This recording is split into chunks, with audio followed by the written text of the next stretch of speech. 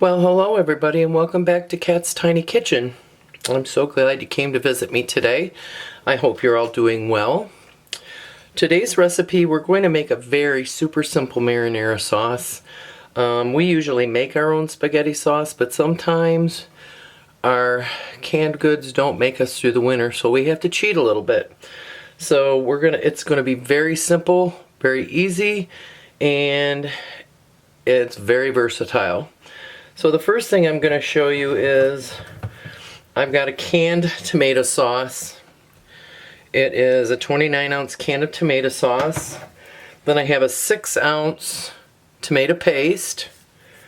Then we have 2 cloves of crushed garlic and 2 teaspoons of Italian seasoning. And then I have my diced tomatoes. If you don't can your own tomatoes, you can get a 15.5-ounce jar. That should work just fine. So now that we've covered all the ingredients, let's get into it.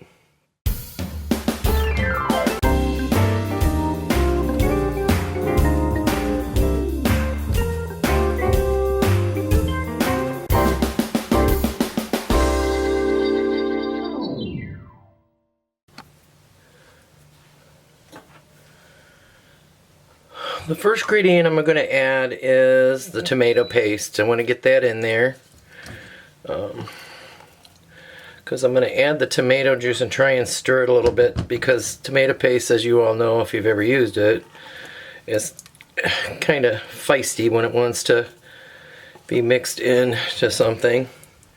So I've got that there, and then I'm just going to slowly add some tomato sauce and get this stirred up.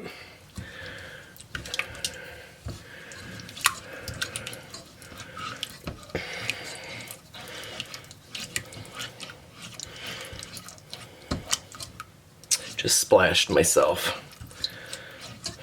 Okay, add some more.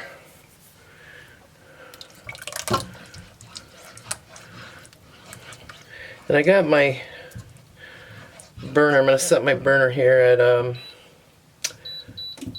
at medium high.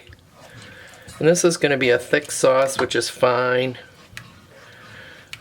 When you add your diced tomatoes, you do not want to drain them, because it will be very thick, and you want to thin it out a little bit with the juice from the tomatoes. So I'm going to add my diced tomatoes now. I'm going to add my garlic. I didn't saute it. And we're going to add our Italian seasoning. And now I'm just going to bring this to a boil. I'll bring it to a boil, and then I will turn it down and let it simmer for about a half an hour, and it'll be ready. So I don't have salt out yet. I want this to cook a little bit, and then I'm going to taste it and see if it needs any salt or any sugar. If there's too much acid in it, you add sugar. If there's too much sweetness, you add some salt. So that's it. I will see you all in about a half an hour.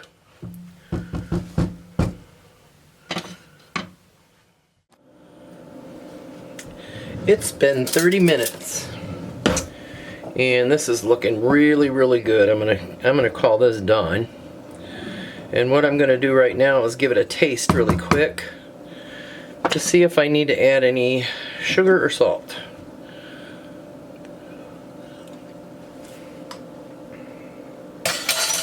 Just a tad bit of sugar. And I'm just going to add a pinch,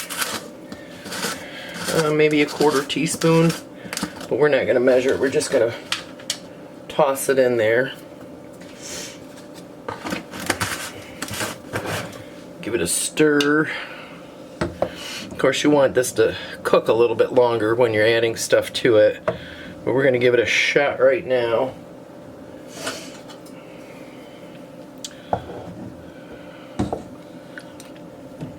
Perfect. Perfect. So now, this sauce is a marinara as it is. If that's the way you want to use it, go ahead. Options.